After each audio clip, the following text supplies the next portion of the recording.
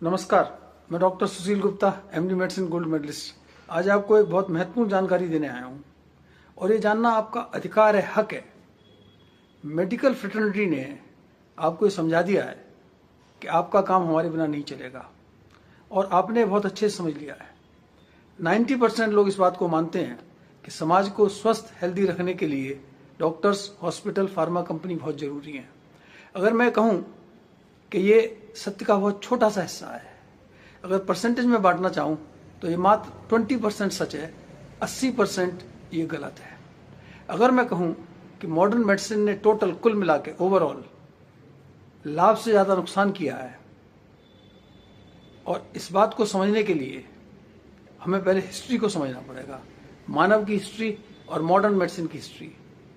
Modern मानव, जिसे हम Homo sapiens कहते हैं, 3 लाख साल पहले अफ्रीका में पाया गया और हमारे पूर्वज होमो हेबिलिस एंड होमो इरेक्टस ये तो 2.5 मिलियन ईयर्स एगो यानी 20 से 25 लाख साल पहले अफ्रीका में पाए गए। पर मैं उसको छोड़ता हूं, मैं मॉडर्न मानव की बात करता हूं जो 3 लाख साल पहले पाया गया। पिछले 3 लाख सालों में 1900 से पहले इतने लंबे पीरियड मानव age of pestilence and famine में रहा। Age of pestilence and famine, pestilence का मतलब महामारी, फेमाइन का मतलब सूखा अकाल। पहले प्लेग होता था, पूरे गांव के गांव खत्म हो जाते थे। कॉलरा, पूरा गांव साफ हो जाता था। महामारियां, स्कैरसिटी थी, सूखा था, अकाल था, खाने को नहीं मिलता था।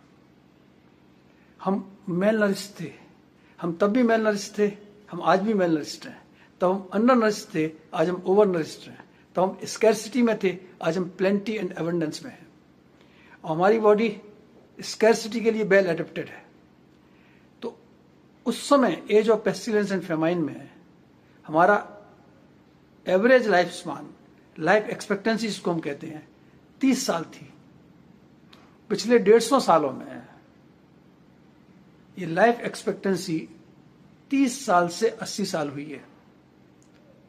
एक ड्रामेटिक इंक्रीमेंट है in life span. Life expectancy 30 से 80 साल हुई है और ज्यादातर लोगों का मानना है कि ये मॉडर्न मेडिसिन की वजह से है, जो गलत है। मेरी सब बातों का मतलब बिल्कुल ये नहीं है कि मॉडर्न मेडिसिन ने इंसानियत के लिए, इंसानों के लिए कुछ नहीं किया। मॉडर्न मेडिसिन ने 4 बड़े काम किए हैं। Number 1, surgery have saved many life. Number 2, anaesthesia, बिना एनेस्थीसिया की सर्जरी हो नहीं सकती। Number 3, critical care and emergency medicine, इसने वाकई ड्रामेटिक इंसानियत का भला किया है। And number 4 is vaccination and immunisation. इन 4 चीज़ों को जिसने इंसानियत का बहुत भला किया। अब हमें मॉडर्न मेडिसिन की हिस्ट्री को समझना पड़ेगा। मॉडर्न मेडिसिन की प्रॉपर शुरुआत 17वीं सेंचुरी में हुई। 17वीं सेंचुरी में विलियम हार्वे ने ब्लड सर्कुलेशन के बारे में बताया। 17वीं सेंचुरी में ही रॉबर्ट हुक द्वारा सेल की खोज हुई एंड ल्यूवेनक द्वारा माइक्रोस्कोप की। यहां से मॉडर्न मेडिसिन की विधिवत शुरुआत हुई। 18वीं सेंचुरी में एडवर्ड जेनर ने इम्यूनाइजेशन, स्मॉल पॉक्स वैक्सीन के बारे में बताया। 19वीं सेंचुरी में 1921 में बेस्ट एंड बेंटिंग द्वारा इंसुलिन की डिस्कवरी एक रिवॉल्यूशन था। इससे पहले टाइप 1 डायबिटीज के मरीज मर जाते थे, क्योंकि टाइप 1 डायबिटीज में एब्सोल्यूट इंसुलिन डेफिशिएंसी होती है एंड इंसुलिन लाइफ सेविंग। 1928 में फ्लेमिंग द्वारा पेनिसिलिन की खोज, उसके बाद एंटीबायोटिक्स का आना, ये गोल्डन एरा मेडिसिन का था। हालांकि 19वीं सेंचुरी में debate germ versus terrain, Lewis pasture की जर्म थ्योरी, और जर्म थ्योरी के बाद लुईस पास्चर ने इम्यूनाइजेशन पे काम किया, पॉस्चराइजेशन पे काम किया। लुईस पास्चर को हम सब जानते हैं। Contemporary Louis Pasteur Louis Pasteur French chemist था and French physiologist Claude Bernard. उन्होंने कहा terrain is important, germ is not important. Terrain theory, germ versus terrain, इस डिबेट में लुईस पास्चर जीत गए। लेकिन क्लॉड बर्नार्ड की जो थ्योरी थी वो ज़्यादा अप्रोप्रिएट थी। अगर उस थ्योरी को मान लिया होता तो हमने इम्यूनिटी को समझा होता, कोविड काल में हमें इतनी प्रॉब्लम नहीं होती। इसके बाद ये मॉडर्न मेडिसिन का इतिहास है 17वीं सेंचुरी से, जबकि मानव तो 3 लाख साल, मॉडर्न मानव तो 3 लाख साल से है, और 3 लाख साल से 17वीं सेंचुरी तक वो बिना मॉडर्न मेडिसिन के रहा है। उस समय लाइफ एक्सपेक्टेंसी 30 साल थी, आज 80 साल है। ये जो इंक्रीमेंट इन लाइफ स्पान हुआ है, ये मॉडर्न मेडिसिन और मेडिकल ट्रीटमेंट की वजह से नहीं है, पर ये हुआ तो है। इसके पीछे 3 बेसिक फंडामेंटल कारण हैं। Number 1, improve sanitation, hygiene and nutrition. 1900 से पहले जो महामारियां थी, जैसे कॉलरा एक वाटरबोर्न डिसीज है, उस समय सीवेज सिस्टम प्रॉपर नहीं था, वाटर सप्लाई प्रॉपर नहीं थी, तो पानी के कंटामिनेशन से, गंदा पानी पीने से waterborne diseases, typhoid waterborne disease है, कॉलरा वाटरबोर्न डिसीज है, डिसेंट्री वाटरबोर्न डिसीज है, टाइफाइड वाटरबोर्न है। तो आप पानी साफ कर लीजिए, सिंपल उबाल दीजिए, सारी वाटरबोर्न डिसीज खत्म। Insect, mosquito borne diseases, malaria, chikungunya, dengue, yellow fever, ये मच्छर के काटने से होती है। मच्छर को खत्म कर दीजिए, सारी वेक्टर बोर्न डिसीज चली जाएंगी। और आपको जान के आश्चर्य होगा, 1900 के बाद 1900 से 1930 तक एंटीबायोटिक की डिस्कवरी 28 में हुई है फ्लेमिंग द्वारा, उसके बाद एंटीबायोटिक आए हैं। 1930 तक एंटीबायोटिक नहीं थे, लेकिन जितनी भी ये कम्युनिकेबल डिसीजेज हैं, इन्फेक्शियस डिसीजेज हैं, बहुत तेजी से कम होने लगी। इसके पीछे कारण था कि हमने इम्प्रूव्ड सैनिटेशन एंड हाइजीन कर दी। खाने से पहले हाथ धोना, प्रॉपर सफाई रखना, इससे सारे इन्फेक्शंस बिना एंटीबायोटिक के खत्म होने लगे थे। 1900 से 1930 के बीच के एरा को हम कहते हैं एज ऑफ रिसीडिंग पेंडेमिक्स। जितनी महामारियां थी वो तेजी से कम हुई। Improve sanitation, hygiene and nutrition.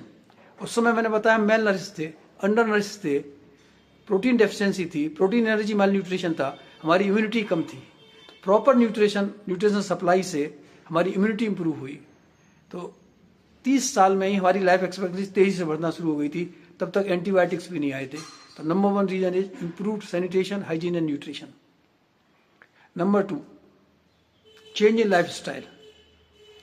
Life style में जो पिछले 150 सालों में, पर्टिकुलरली पिछले 75 सालों में एक बहुत बड़ा काम हुआ। आपको ये जान के आश्चर्य होगा कि 1950 के आसपास स्मोकिंग को हेल्दी समझा जाता। Smoking was suppose to be healthy and doctors smoking का एडवर्टाइजमेंट करते थे। तंबाकू और स्मोकिंग के खतरे को समझना और स्मोकिंग को कम करने से कैंसर रेट कम हुई, हार्ट अटैक की रेट कम हुई, स्ट्रोक रेट कम हुई। इन सब की क्रेडिट स्मोकिंग को जाती है, टोबैको को जाती है। हमने क्रेडिट मॉडर्न मेडिसिन को दे दी। दूसरा, उस समय एक और बात थी, फैट के खिलाफ। सैचुरेटेड फैट बहुत खराब है, कोलेस्ट्रॉल बहुत खराब है देश, उसके खिलाफ एक बार अगेंस्ट सैचुरेटेड फैट शुरू हुआ 50s में, और 80 तक वो एक्सेप्ट हो गया। यहाँ तक कि 1955 में अमेरिका के राष्ट्रपति, तत्कालीन राष्ट्रपति आइजनहोवर को हार्ट अटैक हुआ, तो उनके डॉक्टर ने उन्हें बताया कि आप मक्खन बंद कर दें और मक्खन की जगह ट्रांस फैट, मार्जरीन का इस्तेमाल करें। एंड आज इस बात के पुख्ता सबूत हैं कि ट्रांस फैट सबसे खराब फैट है। तो चेंज इन लाइफ स्टाइल में स्मोकिंग का बंद होना, तंबाकू को खराब समझा जाना, ट्रांस फैट को डाइट से हटाना, इनका बहुत बड़ा रोल है। Improve sanitation, hygiene, nutrition number 1। Number 2, change in lifestyle और एक्सरसाइज का महत्व समझना, इससे काफी इंप्रूवमेंट हुआ है। And third is immunisation and vaccination. Immunisation and vaccination में डॉक्टर, दवा कंपनी का रोल है। ट्रू। तो 3 बेसिक कारण हैं जिनकी वजह से हमारी लाइफ एक्सपेक्टेंसी 30 से 80 साल हुई। इसमें मेडिकल ट्रीटमेंट का बहुत कम रोल है। और यहाँ भी एक स्टैटिस्टिकल पेच है। हम जो लाइफ एक्सपेक्टेंसी बार बार कह रहे हैं कि 1900 से पहले age of pestilence and famine में 30 साल थी, ठीक है, लाइफ एक्सपेक्टेंसी यही थी। पर एक वर्ड है मॉडल एज ऑफ डेथ। अगर हम सर्च करें modal age of death of hunter gatherers, तो आपको जान के आश्चर्य होगा कि modal age of death of hunter gatherer 72 years थी, लगभग मॉडर्न मानव के बराबर, लगभग प्रेजेंट टाइम के बराबर। लाइफ एक्सपेक्टेंसी कम इसलिए आती है कि उस समय infant mortality rate, childhood mortality rate, maternal mortality rate ये बहुत ज़्यादा थी। बच्चों में, छोटे बच्चों में इम्यूनिटी की कमी से, मेल न्यूट्रिशन की कमी से इन्फेक्शंस में बहुत डेथ हो जाती थी। और पिछले लाखों साल भी अगर एक बार आप 15 साल के हो गए तो 15 साल के बाद आप 70 तक आसानी से जीते थे। 72 was modal age of death. तो हंटर गैदरर भी अगर एक बार 15 साल के हो जाते थे तो 72, 74, 75 साल तक जीते थे।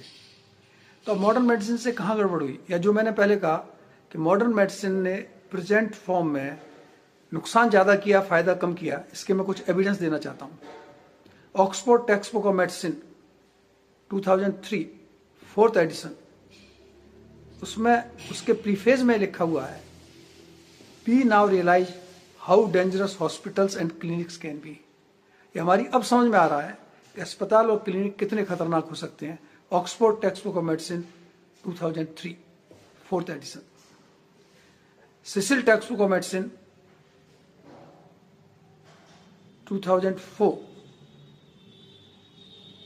हॉस्पिटल्स, सिसिल टेक्स्ट बुक में लिखा है, there is very little if any evidence that hospitals improves health outcome.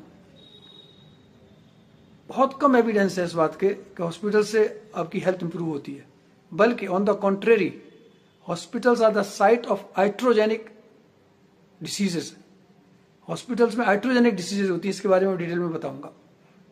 इतना ही नहीं, जो लोग भी मेडिकल फील्ड से रिलेटेड हैं उन्हें Austrian philosopher theologian Ivan Ilyich IVANILLICH की एक बुक मेडिकल नेमेसिस जो 1975 में पब्लिश हुई, जरूर पढ़ना चाहिए। जिसका मेन थॉट, सारांश है, modern medicine in its present form is doing more harm then good and it must be disbanded with immediate effect. Ivan Ilyich का ये मानना था कि मॉडर्न मेडिसिन वर्तमान स्वरूप में नुकसान ज्यादा कर रही है, फायदा कम कर रही है, इसको तुरंत बंद कर देना चाहिए। उन्होंने एक बुक और लिखी थी, डी स्कूलिंग सोसाइटी, वो भी उनकी अच्छी बुक थी। तो इवान इलिच का ये कहना, इसकी फेवर में मैंने कुछ और सर्च किया तो मुझे ख्याल आया डॉक्टर्स की स्ट्राइक, अगर मॉडर्न मेडिसिन, हॉस्पिटल और डॉक्टर्स अच्छा नहीं कर रहे हैं तो स्ट्राइक के दौरान क्या होता है। तो मुझे एक मॉर्टलिटी पैराडॉक्स मिला, mortality paradox during doctors strike. ये आई ओपनर है। 1973 में इजराइल में 1 महीने की डॉक्टर्स की स्ट्राइक हुई और उस स्ट्राइक में मृत्यु दर, मॉर्टलिटी रेट 50% कम हो गई। जी हाँ, आपने ठीक सुना, डॉक्टर्स की 1973 में इजराइल में स्ट्राइक से मृत्यु दर 50% कम हो गई। और इस बात के भी कुछ एविडेंस है। इस स्ट्राइक को खत्म कराने वाला एक मॉर्टिशियन था। मॉर्टिशियन को जब पता लगा मैनेजमेंट और डॉक्टर्स के बीच में कुछ डिस्प्यूट है, उसने जाके उनमें सुलह कराई, क्योंकि मॉर्टिशियन का बिजनेस बहुत बुरी तरह अफेक्टेड था। इसके बाद और भी एविडेंस है। 1983 में फिर इजराइल में स्ट्राइक हुई, मृत्यु दर 50% कम हुई। 1916 में लॉस एंजल्स में डॉक्टर्स की स्ट्राइक में मृत्यु दर 18% कम हुई। कोलंबिया में 1976 में मृत्यु दर 35% कम हुई। और कनाडा के भी कुछ एग्जाम्पल हैं। 2 वीक की स्ट्राइक में 20% मृत्यु दर कम, 3 वीक्स की स्ट्राइक में 30% मृत्यु दर कम। पर ये जितनी भी डॉक्टर्स की स्ट्राइक में इमरजेंसी सर्विस चालू थी, इमरजेंसी सर्विसेज चालू थी। जैसे मैंने बताया, इमरजेंसी एंड क्रिटिकल केयर ने बहुत जाने बचाई हैं। तो ड्यूरिंग डॉक्टर स्ट्राइक जब इमरजेंसी सर्विसेज चालू थी, इसमें बहुत सारी स्टडी हुई हैं और किसी भी स्टडी में ये नहीं पाया गया कि डॉक्टर्स की स्ट्राइक में लोग ज़्यादा मरे या तो वो न्यूट्रल थी या मृत्यु दर कम हुई, जैसे मैंने कुछ एग्जाम्पल दिए। तो ये है ना अमेजिंग। तो अब आप तय करिए, इसके अलावा हमसे गड़बड़ क्या हुई है। जैसे मैंने कहा Louis Pasteur versus Claude Bernard. Louis Pasteur ने जर्म थ्योरी दी, हमने एंटीबायोटिक की रिसर्च की, हमने जर्म को मारना शुरू कर दिया। क्लॉड बर्नार्ड ने कहा germ is not important, terrain is important. अगर आपकी इम्यूनिटी ठीक है तो पैथोजन कैन नॉट ग्रो। एक और साइंटिस्ट था फ्रेंच, एंटोइन बिचेम्प, उनका तो कहना था कि बैक्टीरिया वायरस ऑलरेडी प्रेजेंट है हमारे शरीर में। जब इंटरनल मिल्यू खराब हो जाता है, इम्यूनिटी खराब हो जाती है, तो दे बिकम्स पैथोजेनिक। तो this is not bacteria virus, this is our immunity, this is not seed, this is soil which is more important. लेकिन हमने उनकी बात नहीं मानी। अब मैं आपको बताता हूं कि मॉडर्न मेडिसिन ने हमसे क्या छुपाया और क्या गलत पढ़ाया। लुईस पास्चर जिसकी हम बात करते हैं, जर्म थ्योरी की बात करते हैं, इम्यूनाइजेशन की बात करते हैं, पॉस्चुराइजेशन की बात करते हैं, स्टरलाइजेशन की बात करते हैं, ये सब लुईस पास्चर ने बताया। लेकिन लुईस पास्चर के डेथ वेट सेंटेंसेस हमें नहीं पढ़ाए गए। मृत्यु से पहले लुईस पास्चर ने कन्फेस किया, death bed sentences of Louis Pasteur were, I am wrong, Bernard is right, pathogen is nothing and terrain is everything. ये हमें नहीं बताया गया। लुईस पास्चर ने खुद मान लिया था कि जर्म इंपॉर्टेंट नहीं है, सीड इंपॉर्टेंट नहीं है, सॉइल इंपॉर्टेंट है, इम्यूनिटी इंपॉर्टेंट है, इम्यूनिटी ठीक करिए। अगर ये बता दिया गया होता तो पिक्चर डिफरेंट होती। एक और क्लासिकल एग्जांपल, 90% लोग बुखार को खराब मानते हैं। बुखार आते ही किसी ना किसी तरह उसको उतारने में जुट जाते हैं। मैंने इस पर एक वीडियो बनाया, fever and immunity, fever is our friend. आपको जान के आश्चर्य होगा, जूलियस बैगनार एक साइकेट्रिस्ट को 1927 में बुखार बढ़ा के इलाज करने पे नोबेल प्राइज मिल चुका है। Nobel prize for pyrotherapy, fever therapy, pyrexia therapy to Julius Wagner in 1927। ये हमें कभी मेडिकल कॉलेज में पढ़ा ही नहीं गया। वो क्या करता था, उस समय एंटीबायोटिक नहीं थे और दिमाग की सिफिलिस, न्यूरोसिफिलिस के मरीज की बहुत बुरी हालत थी, अल्टीमेटली मर जाते थे। तो वो मलेरिया इंजेक्ट करके उनका फीवर बढ़ाता था और फीवर को 103, 104 तक ले जाता था, जिससे वो बैक्टीरिया, न्यूरोसिफिलिस का बैक्टीरिया मर जाता था फीवर बढ़ने से। बाद में फिर क्विनीन से उनका इलाज करके उनको ठीक कर लेता था। ये कभी पढ़ाया नहीं गया कि फीवर भी बेनिफिशियल है। इतना ही नहीं, मैं तो पिछले बहुत सालों से कह रहा हूं, sugar is poison, sugar is poison, sugar is poison. England के doctor Adkin, John Adkin, JOHNUDWIKN, John Yudkin, John Yudkin ने 1972 में एक बुक पब्लिश की। उसका टाइटल था the pure white and deadly, जिसमें लिखा था कि हार्ट अटैक का कारण कोलेस्ट्रॉल नहीं है, घी नहीं है, चीनी है। लेकिन जॉन अडकिन की पुस्तक को दबा दिया गया, जॉन यडकिन को दबा दिया गया और अंसल की गलत hypothesis, saturated fat, cholesterol is culprit को मान लिया गया, दिस इज कोलेस्ट्रॉल हाइपोथेसिस, जबकि इसके खिलाफ बहुत सारे सबूत हैं। सिडनी डाइट हर्ट हाइपोथेसिस एक बहुत पुरानी रिसर्च है, इसको दबा दिया गया। इसमें बताया गया कि कोलेस्ट्रॉल से, देसी घी से मृत्यु दर कम होती है, बढ़ती नहीं है, बल्कि सीड ऑयल से खराब होती है जो खिलाए जाते हैं। मिनेसोटा कॉर्नरी सर्वे एक और स्टडी है, इसमें भी ऐसा ही पाया गया कि घी और मक्खन खराब नहीं है, रिफाइंड ऑयल खराब है, omega 6 fatty acid, linoleic acid खराब है, उसको भी दबा दिया गया।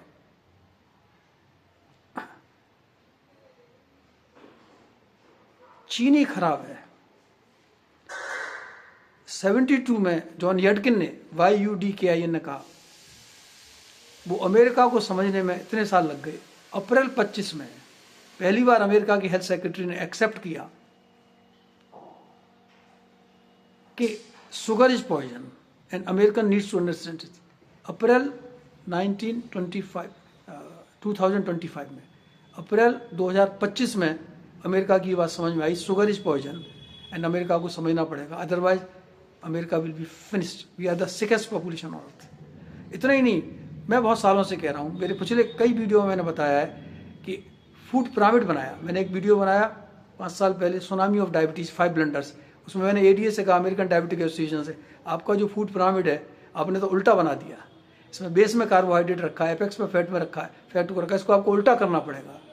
अभी जनवरी 26 में, थोड़े दिन पहले, अमेरिका ने नई डाइटरी गाइडलाइन जारी की हैं। उसमें मान लिया कि हमारा फूड पिरामिड उल्टा है, इसको सीधा करना पड़ेगा। तो हमें चीनी के बारे में नहीं बताना, हमें कोलेस्ट्रॉल की, अभी कुछ चीज़ें अमेरिका को और एक्सेप्ट करनी है। शुगर इज पॉइजन एक्सेप्ट कर लिया। फूड पिरामिड गड़बड़ है। ग्रेन्स, हम 60% कार्बोहाइड्रेट की बात करते हैं, 50% कार्बोहाइड्रेट की बात करते हैं, ग्रेन्स को बेस पर रखते हैं, उल्टा करके अब prioritise protein, don't fear fat, और ग्रेन्स कम खाने ऊपर लेके फूड पिरामिड उल्टा कर दिया। अब और क्या क्या मानना बाकी है? कोलेस्ट्रॉल से हार्ट अटैक होता है, कोलेस्ट्रॉल से हार्ट अटैक नहीं होता, ये भी उन्हें मानना पड़ेगा। कब मानेंगे? उनका मन है। तीसरा, नमक को हमने बहुत बदनाम किया, नमक भी उतना खराब नहीं है। मैंने एक वीडियो बनाया, लोअर सॉल्ट हायर डेथ, ये भी उन्हें एक्सेप्ट करना पड़ेगा। और मैं एक दो और एग्जाम्पल देना चाहता हूँ। 79 में जब मैं मेडिकल कॉलेज में एंटर किया तो नॉन एल्कोहलिक फैटी लिवर का नाम नहीं था।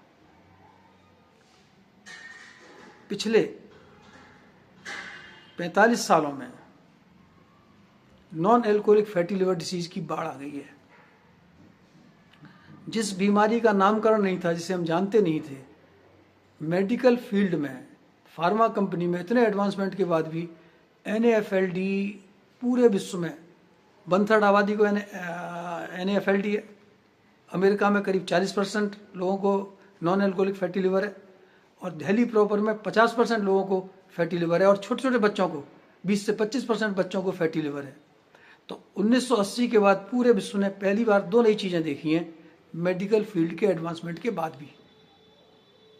फैटी लिवर इन चिल्ड्रन, वो तो शराब नहीं पीते, जबकि 1980 से पहले फैटी लिवर का मतलब शराब शराब शराब था। और दूसरा, टाइप 2 डायबिटीज इन चिल्ड्रन। जब मैं मेडिकल कॉलेज में था तो हमारी एक ग्रेट टेक्स्ट बुक डेविडसन में लिखा था, उस समय टाइप 1 टाइप 2 नाम नहीं थे, insulin dependent IDDM, NIDDM। IDDM का दूसरा नाम था चाइल्डहुड और जुवेनाइल ऑनसेट डायबिटीज, और NIDDM का नाम था एडल्ट ऑनसेट और मैच्योरिटी ऑनसेट डायबिटीज। यानी किताब में साफ साफ लिखा था कि 40 साल से पहले टाइप 2 डायबिटीज नहीं होगी। आपको जान के आश्चर्य होगा, आज हमारी काबिलियत से, दवा कंपनियों की काबिलियत से, हमारी गलत एजुकेशन से टाइप 2 डायबिटीज को हमने क्रॉनिक प्रोग्रेसिव बता दिया। और आज छोटे छोटे बच्चों को जो बीमारी 40 साल से ऊपर 50-60 साल पे होती थी, आज 10 साल 15 साल पे टाइप 2 डायबिटीज हो रही है। और मैंने एक वीडियो बनाया, tsunami of diabetes. Diabetes a chronic progress, type 2, I am talking of type 2, is a chronic progressive disease. पूरी तरह गलत है। टाइप 2 डायबिटीज एक डाइटरी डिसऑर्डर है, न्यूट्रिशनल डिसऑर्डर है, ना क्रॉनिक है ना प्रोग्रेसिव है। और टाइप 2 डायबिटीज पेंक्रियाज की बीमारी नहीं है, ये तो लिवर की बीमारी है। इनफैक्ट डायबिटीज होने से 15 से 20 साल पहले फैटी लिवर होता है। ये सब मिस इन्फॉर्मेशन है। इन सब से टोटल इंसानियत का बहुत बड़ा लॉस हुआ है। तो कैरी होम मैसेज क्या है? मॉडर्न मेडिसिन से फ़ायदे से ज़्यादा नुकसान है। अगर मॉडर्न मेडिसिन ने 20% फ़ायदा किया है तो 80% नुकसान किया है। हमारी एक्सपेक्टेंसी ऑफ लाइफ में, इम्प्रूव क्वांटिटी ऑफ लाइफ में, क्वालिटी ऑफ लाइफ तो डिबेटेबल है।